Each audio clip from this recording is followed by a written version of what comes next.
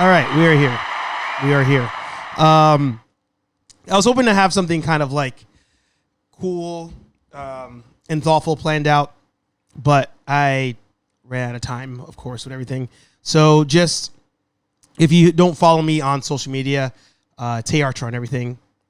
So off the bat, RIP to our buddy, our pal, our nerd, our blurred, our hero, Chadwick Boseman, up there, the Black Panther himself.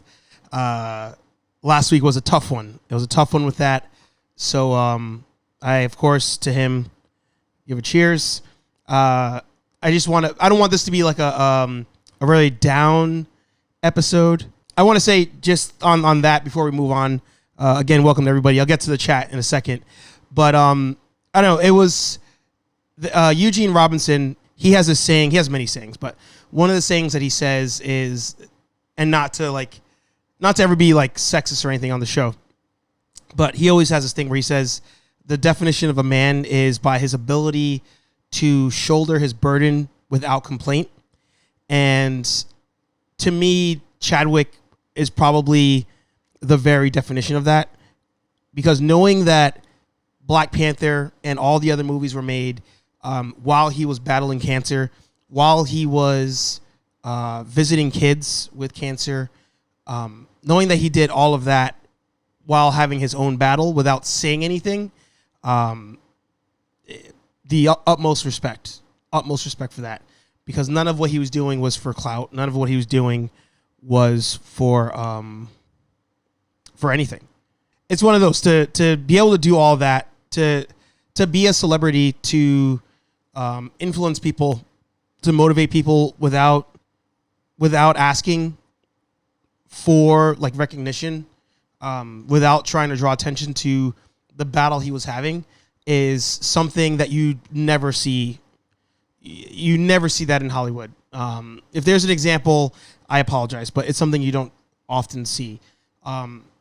So, again, great man, great hero, and something that I commented on. Thanks for letting me know I'm live. Something I commented on the day that he passed was, growing up as a black kid, Puerto Rican kid. It's rare that we had like our own representation on screen, in book and whatever. In a serious note, where the only person that ever came out that was like, that's us, that's our movie, that's our thing in this realm was Blade, of course. But it was still Wesley Snipes, so it is what it is. But 3-ish years ago, I was at Comic-Con in New York, and there was this family walking around, and the kids were all dressed up as different Marvel superheroes.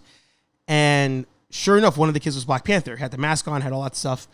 And then like the kid took his mask off, and it was a white kid. And it may sound superficial in the most way. Like, I might as well go to this camera here. I forget I have the multi-camera now. It may sound superficial, but the feeling I had watching a white kid dress up as the black character, I don't know if any other person ever could understand what that meant, unless it was, I think, Wonder Woman maybe that's something similar. Like if a girl, if an adult woman watched girls dress up as Wonder Woman and have Wonder Woman like kill it in the box office, I guess that's a similar feeling. But I had never had that kind of feeling before, to watch somebody of a different race want to dress up as somebody that looks like me, Miles Morales. But even that, Miles Morales is a result of Spider-Man Peter Parker. He's not his original thing. So to see kids of different races dress up as a character that looks like me meant something I can't really describe. And I don't know, I hope someday that we don't even have to have such conversations. I hope someday everybody views everybody the same. But in the moment, to see that a movie like Black Panther could have that kind of effect and change the way kids view things, where kids don't even maybe view color, but see themselves whole nother level. So again, to Chadwick, there's to you. I strive, and I hope all of you strive to be better people, and to just make a difference, even if it's a difference in one person's life. So with that, I thank you for letting me do my rant to him.